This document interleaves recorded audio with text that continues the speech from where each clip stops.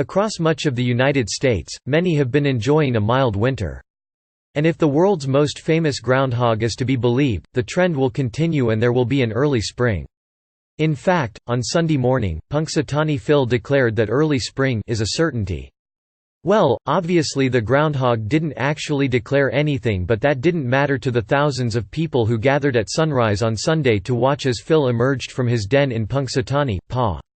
The groundhog allegedly did not see his shadow, according to members of his inner circle, meaning there will be an early spring. According to legend, if he had seen his shadow it would have signified 6 more weeks of winter. The top hat-wearing members of Phil's inner circle take part in the elaborate ceremony every year in which they read a prediction that had already been made in advance. Now my forecast on a day that's a palindrome will cause some to cheer and some to moan. So do I hope you think it's neighborly, for there is no shadow of me, spring it'll be early, it's a certainty, a member of Phil's inner circle read from the prediction scroll as the crowd cheered. Since Phil's weather-predicting career began in 1887, he has seen his shadow 104 times and has failed to see it on a mere 20 instances. A few years are missing from the official record.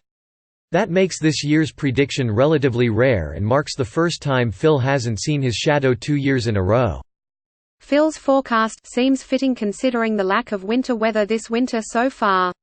Notes The Washington Post. But truth be told, Phil doesn't have the best track record. From 2010 to 2019, Phil predicted a longer winter 7 times and an early spring 3 times.